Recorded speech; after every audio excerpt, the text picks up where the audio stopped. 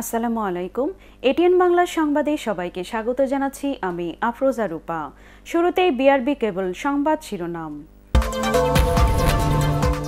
করোনায় দেশে আরও 7 জনের মৃত্যু, পরিস্থিতি স্বাভাবিক না হওয়া পর্যন্ত পাবলিক বিশ্ববিদ্যালয়ে ভর্তি পরীক্ষা নেওয়া হবে না।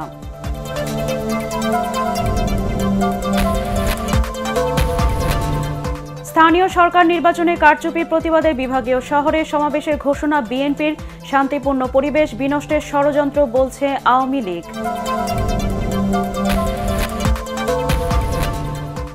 মানব পাচারকারীদের বিরুদ্ধে আইনশৃঙ্খলা বাহিনীর অভিযান অব্যাহত থাকবে জানালেন আইজিপি।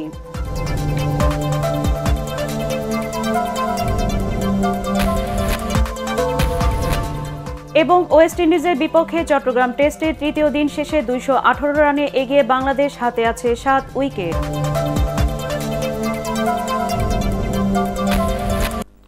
সংবাদে এছাড়াও থাকছে মাদ্রাসার ছাত্রছাত্রীদের আধুনিক শিক্ষায় শিক্ষিত করার পরামর্শ ডক্টর মাহফুজুর রহমানের।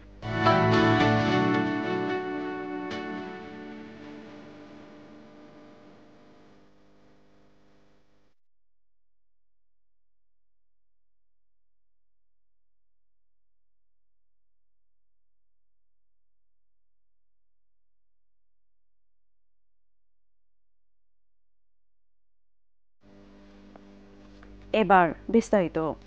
করোনা ভাইরাসে গত 24 ঘন্টায় আরও 7 জন মারা গেছে। এ নিয়ে দেশে মৃতের সংখ্যা বেড়ে দাঁড়ালো 8182 জনে। মৃতদের মধ্যে ঢাকা বিভাগে সর্বোচ্চ 6 জন মারা গেছেন। সবশেষ মৃতদের মধ্যে 4 জন পুরুষ ও 3 জন নারী। স্বাস্থ্য অধিদপ্তরের সংবাদ বিজ্ঞপ্তিতে এসব তথ্য জানানো হয়। সবশেষ 24 ঘন্টায় 15,566টি নমুনা পরীক্ষায় নতুন করে 435 জন করোনা শনাক্ত হয়েছেন। আক্রান্ত বিবেচনায় শনাক্তের হার 2.79%। দেশে মোট করোনা শনাক্তের সংখ্যা 5,37,465 জন। 24 ঘন্টায় সুস্থ হয়েছেন 507। মোট সুস্থ 4,82,424 জন।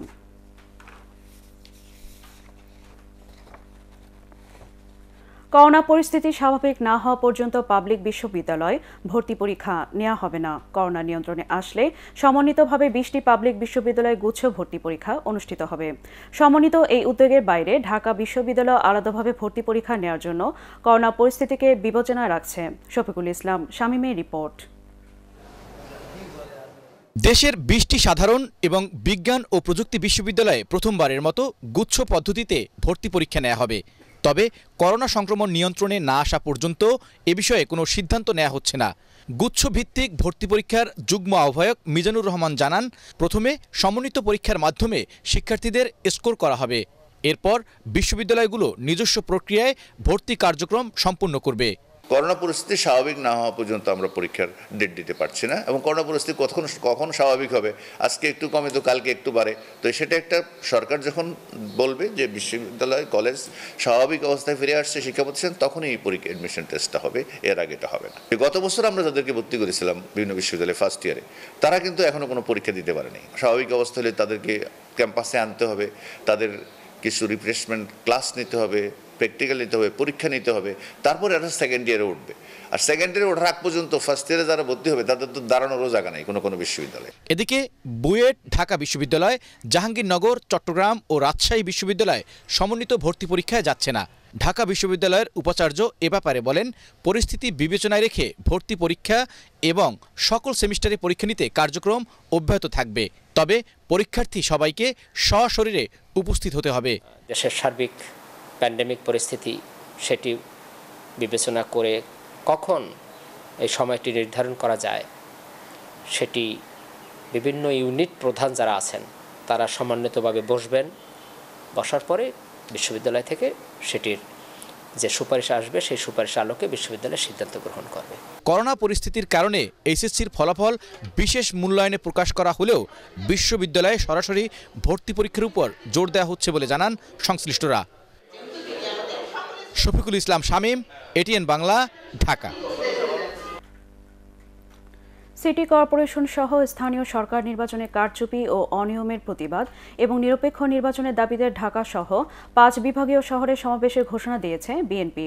জাতীয় প্রেস ক্লাবের সংবাদ সম্মেলনে সিটি নির্বাচনে বিএনপির পরাজিত মেয়র প্রার্থীরা এ কর্মসূচি ঘোষণা করেন। বর্তমান সরকার ও নির্বাচন কমিশনের অধীনে বিএনপির আর নির্বাচনে অংশ নেওয়া উচিত নয় বলেও মনে করেন তারা। মইনুল আহসানের রিপোর্ট।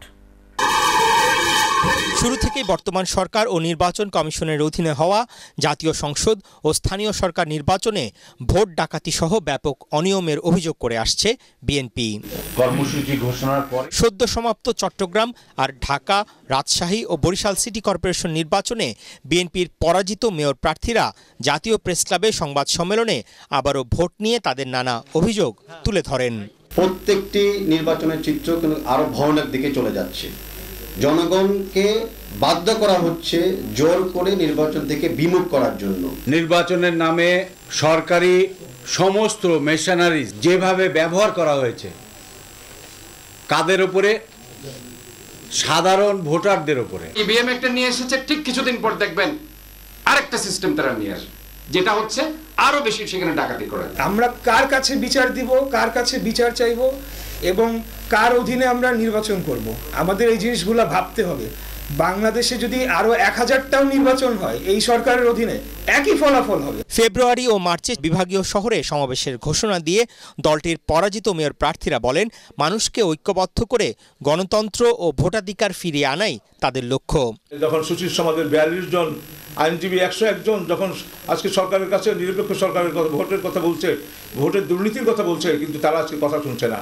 কাজেই এদের বিরুদ্ধে আমাদের আন্দোলন ছাড়া কোনো উপায় নেই। আমরা 6টা মহানগরে আমরা 6টা কর্মসূচি গ্রহণ করেছি এবং আমরা জনতার সামনে আমাদের ভোটের অধিকারের কথা বলতে চাই, গণতন্ত্র পুনরুদ্ধারের কথা বলতে চাই। বিএনপির সিনিয়র যুগ্ম মহাসচিব রুহুল কবির রিজভির উপস্থিতিতে সংবাদ সম্মেলন থেকে গণতান্ত্রিক কর্মসূচিতে সরকার বাধা দেবে না বলে আশা প্রকাশ করা হয়। দাঁড় করিয়ে রেখেছে। মইনুল আহসান, এটিএন বাংলা, ঢাকা। তার মধ্যে নিরপেক্ষ নির্বাচনের দাবিতে বিএনপির সমাবেশ দেশের শান্তিপূর্ণ পরিবেশ বিনষ্টের ষড়যন্ত্র বলে মন্তব্য করেছেন আওয়ামী লীগ সাধারণ সম্পাদক ওবায়দুল কাদের। তিনি বলেন, রাজনৈতিক কর্মসূচির নামে দেশের স্থিতিশীল পরিস্থিতি বিনষ্টের যে কোনো অপপ্রয়াস আওয়ামী লীগ রাজনৈতিকভাবে মোকাবেলা করবে। অনিয়মের বিরুদ্ধে সরকারের কঠোর অবস্থানকে প্রশ্নবিদ্ধ করতেই বিএনপি তাদের সহযোগীদের নিয়ে বিদেশের মাটিতে বসে নতুন ষড়যন্ত্র শুরু করেছে বলে অভিযোগ করেন সড়ক পরিবহন ও সেতুমন্ত্রী। অপকর্মকারী কেউ শেখ হাসিনার মানুষ হতে পারে না বলেও সাফ জানিয়ে দেন ওবায়দুল কাদের। তিনি জানান, আন্তর্জাতিক মাতৃভাষা দিবস 26 মার্চ এবং স্বাধীনতার সুবর্ণ জয়ন্তী উপলক্ষে আওয়ামী লীগের সব শাখা আগামী 15 ফেব্রুয়ারি থেকে সমাবেশ ও জনসংযোগ কর্মসূচি পালন করবে। রাজধানীর সরকারি বাসভবনে ব্রিফিংয়ে ওবায়দুল কাদের এসব কথা বলেন।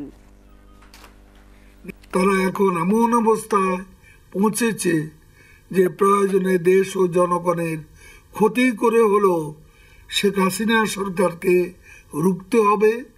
এমন গণতান্ত্রিক অসহিষ্ণু আচরণ বিএনপি রাজনীতিকে গ্রাস করেছে।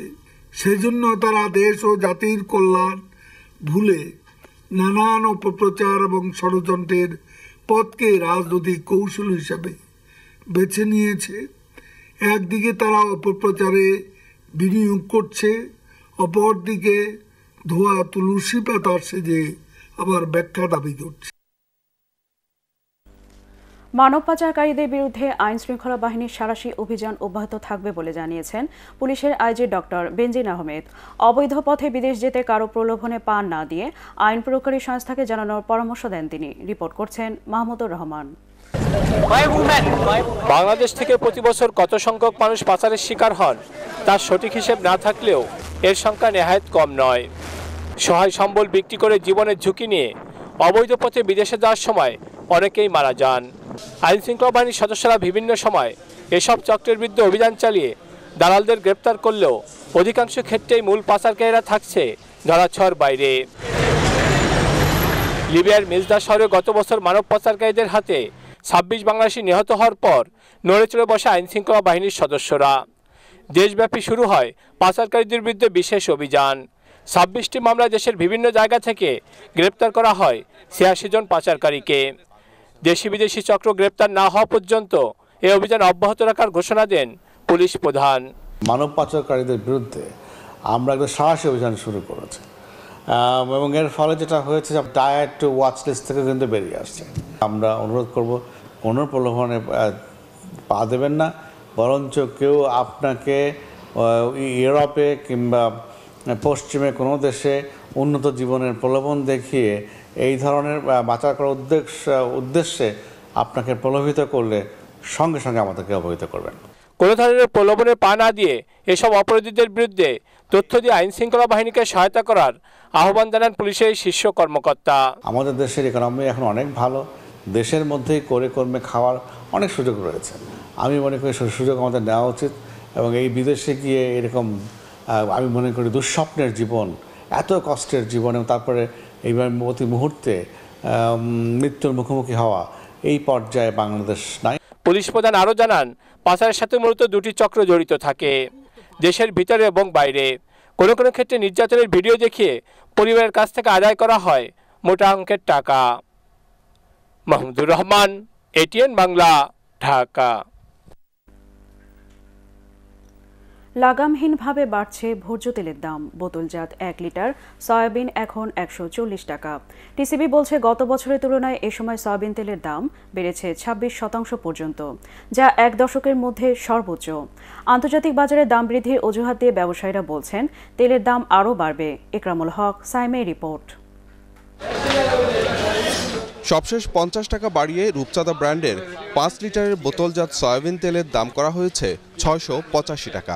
যদিও বাজারে এখনও আগের 635 টাকা দামের বোতল সরবরাহ রয়েছে। একই রকমভাবে ফ্রেশ, তীর, পুষ্টি, বসুন্ধরা সহ পরিচিত সব ব্র্যান্ডের বোতল ও প্যাকেটজাত সয়াবিন তেলের দাম বাড়ছে দফায় দফায়।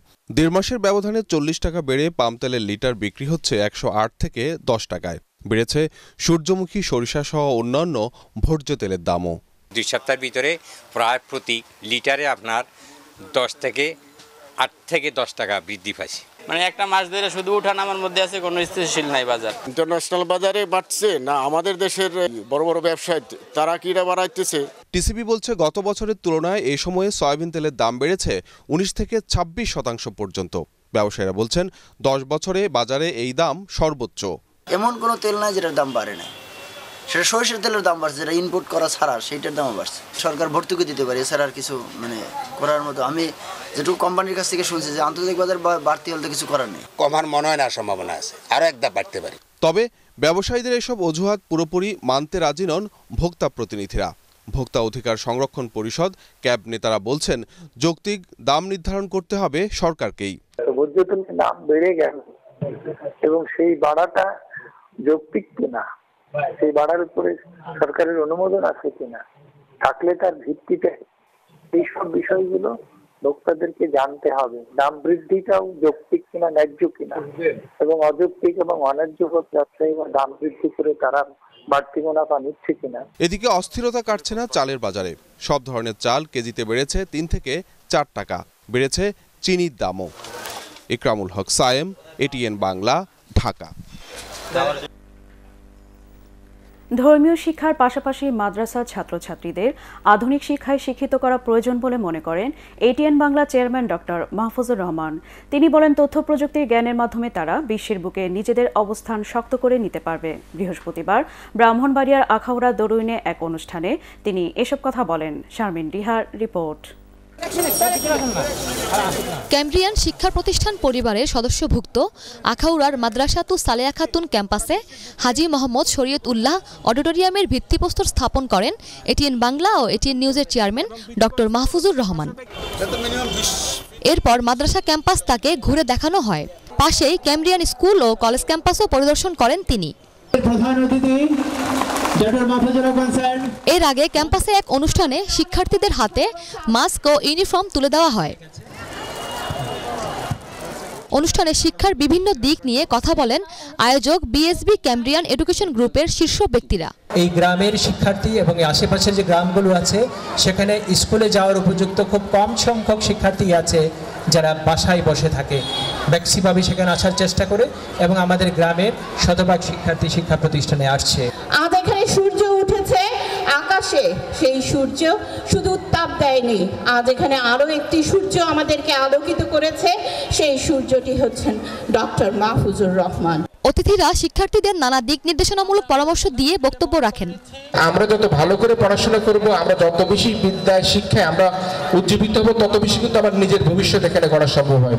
এই স্কুল, কলেজ, স্থানীয় জনগণ, রাজনীতিবিদ, স্বেচ্ছাসেবক যে যেখানে আছেন, প্রত্যেকের ভালো ভালো কর্মকাণ্ডগুলো ডক্টর মাহফুজুর রহমানকে অনুরোধ করব তার মিডিয়ার মাধ্যমে যাতে সমস্ত দেশের সমস্ত বিশ্বে সেগুলি প্রচার করা হয়। তোমরা যারা এখনকার শিক্ষার্থী, ছাত্রছাত্রী, তোমাদেরকে এটি মাথায় রাখতে হবে যে এই বাংলাদেশের দায়িত্ব তোমাদেরকে নিতে হবে। তোমাদেরকে মুক্তিযুদ্ধের ইতিহাস জানতে হবে, তোমাদেরকে জ্ঞান বিজ্ঞান জানতে হবে, তোমাদেরকে ধর্ম, রাজনীতি সবকিছু জানতে হবে। জেনে বুঝে তোমরা আগামী দিনের সুন্দর বাংলাদেশকে এগিয়ে নিয়ে যাবে। তোমাদের হাতেই বাংলাদেশের দায়িত্ব। এটিএন বাংলা যে শিক্ষা ক্ষেত্রে এই যে সকল কাজকর্ম করা দরকার, সবসময় আমাদের চেয়ারম্যান মহোদয় চলে যান। আজকে তার উদাহরণ, তিনি শুধু এখানে চলে আসেন, ব্রাহ্মণবাড়িয়ায় চলে আসেন পুরো পরিবারকে নিয়ে। ডক্টর মাহফুজুর রহমান তার বক্তব্যে মাদ্রাসার ডিজিটাল শিক্ষা ব্যবস্থার প্রশংসা করে বলেন, মাদ্রাসার ছাত্রছাত্রীদের আধুনিক শিক্ষায় শিক্ষিত হতে হবে। ইসলাম কোনোদিন সন্ত্রাস প্রশ্রয় দেয় না। সুতরাং মাদ্রাসা ছেলেরা তোমরা পড়াশোনা করবা। আমি মাদ্রাসার সকল শিক্ষকদেরকে বলবো এবং আমি আমার লায়ন বাসার সাহেবকে বলবো, আপনার মাদ্রাসাটাকে একটু ব্যতিক্রম ধরে মাদ্রাসা হিসাবে আপনি তৈরি করেন। সারা বাংলাদেশের সবাইকে দেখান আপনি যে আপনার মাদ্রাসাটা ছিল একদম আধুনিক ডিজিটাল মাদ্রাসা। আধুনিক শিক্ষা তোমরা গ্রহণ করো। তো মাদ্রাসা পড়লেই মসজিদের হুজুর হতে হবে, নামাজ পড়াতে হবে না, এটা ভুল ধারণা। এটা অনেক আগে ছিল এসব। এখন তোমরাও এগিয়ে যাবা, তোমরা বিভিন্ন জায়গায় চাকরি করবা, বিভিন্ন কাজে তোমরা সায়েন্টিস্ট হবা, তোমরা সব কিছু করবা। তোমরা অন্যান্য ডিপার্টমেন্টে যেরকম সায়েন্সে পড়ে, যেরকম ইঞ্জিনিয়ারিং পড়ে, ডাক্তারি পড়ে, তোমরাও এখান থেকে পাশ করে যায় তোমরা ইঞ্জিনিয়ার, ডাক্তার হবা। পরে আখাউড়া স্থলবন্দর পরিদর্শনে যান এটিএন বাংলা ও এটিএন নিউজের চেয়ারম্যান ডক্টর মাহফুজুর রহমান। তাকে ফুল দিয়ে শুভেচ্ছা জানান ইমিগ্রেশন কর্তৃপক্ষ ও স্থলবন্দরের ব্যবসায়ীরা। এ সময় এটিএন বাংলা বার্তা বিভাগের উপদেষ্টা হাসান আহমেদ চৌধুরী কিরণ এবং অনুষ্ঠান ও সম্প্রচার বিভাগের উপদেষ্টা তাশিক আহমেদ উপস্থিত ছিলেন। শারমিন রিহা, এটিএন বাংলা, ব্রাহ্মণবাড়িয়া। এবার আনোয়ার খান মডার্ন মেডিকেল কলেজ হাসপাতাল বাংলাদেশ ওয়েস্ট ইন্ডিজ সিরিজের খবর।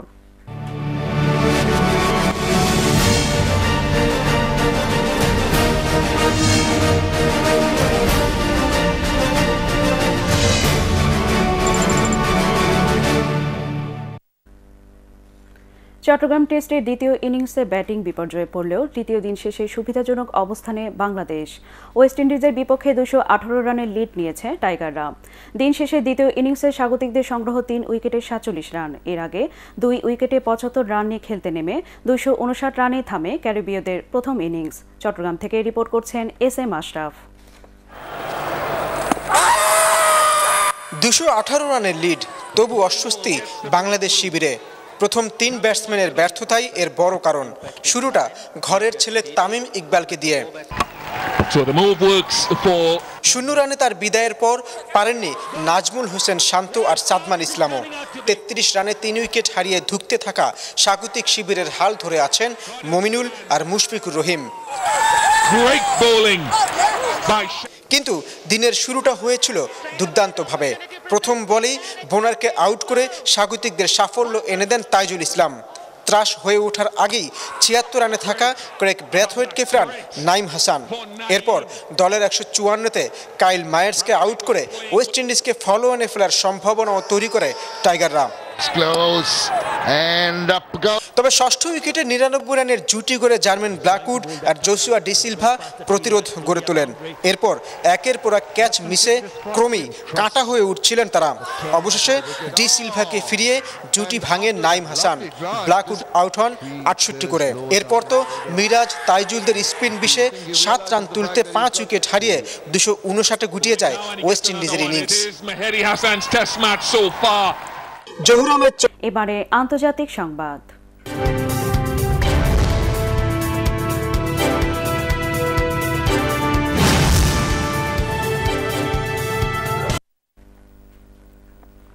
মিয়ানমারের সামরিক অভ্যুত্থানের বিরুদ্ধে অসহযোগ আন্দোলনে যুক্ত হয়েছেন কলেজ বিশ্ববিদ্যালয়ের শিক্ষক ও শিক্ষার্থীরা। ফলে অং সান সুচিকে মুক্ত করে গণতন্ত্র ফিরিয়ে দিতে জান্তা সরকারের ওপর চাপ ক্রমে বাড়ছে।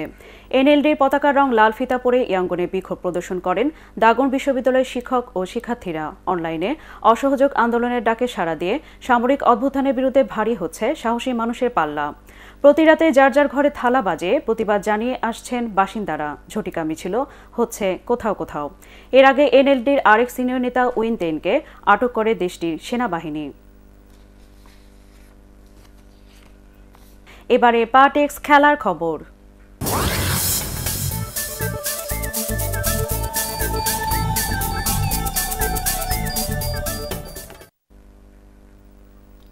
চট্টগ্রাম আবাহনীকে ১-০ গোলে হারিয়ে বাংলাদেশ প্রিমিয়ার লিগের শীর্ষস্থান সুসংহত করেছে বসুন্ধরা কিংস। বঙ্গবন্ধু জাতীয় স্টেডিয়ামে খেলার প্রথমার্ধ শেষ হয় গোলশূন্য অবস্থায়। ৬২ মিনিটে ম্যাচের একমাত্র গোলটি করেন মাহবুবুর রহমান সুফিল। ৬ ম্যাচে সবকটিতে জয় পাওয়ায় ১৮ পয়েন্ট নিয়ে লিগ টেবিলের শীর্ষে থাকছে বসুন্ধরা। অন্য ম্যাচে উত্তর বারিধারার সাথে ১-১ গোলে ড্র করেছে মোহামেডান স্পোর্টিং ক্লাব।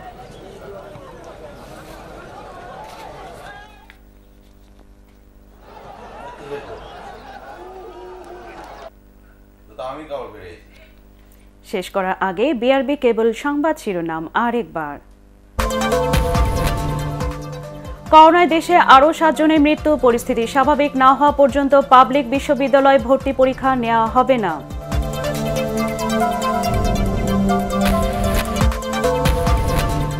স্থানীয় সরকার নির্বাচনে কারচুপির প্রতিবাদে বিভাগীয় শহরে সমাবেশের ঘোষণা বিএনপির। শান্তিপূর্ণ পরিবেশ বিনষ্টের ষড়যন্ত্র বলছে আওয়ামী লীগ। মানব পাচারকারীদের বিরুদ্ধে আইনশৃঙ্খলা বাহিনীর অভিযান অব্যাহত থাকবে জানালেন আইজিপি।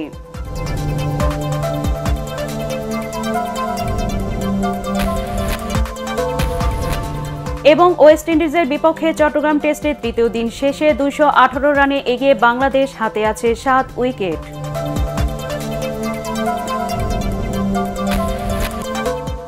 দর্শক, পরবর্তী সংবাদ দেখার আমন্ত্রণ জানিয়ে এখনকার মতো শেষ করছি। করোনা ভাইরাস থেকে নিজেকে সুরক্ষিত রাখতে মাস্ক পরুন, বারবার হাত পরিষ্কার করুন।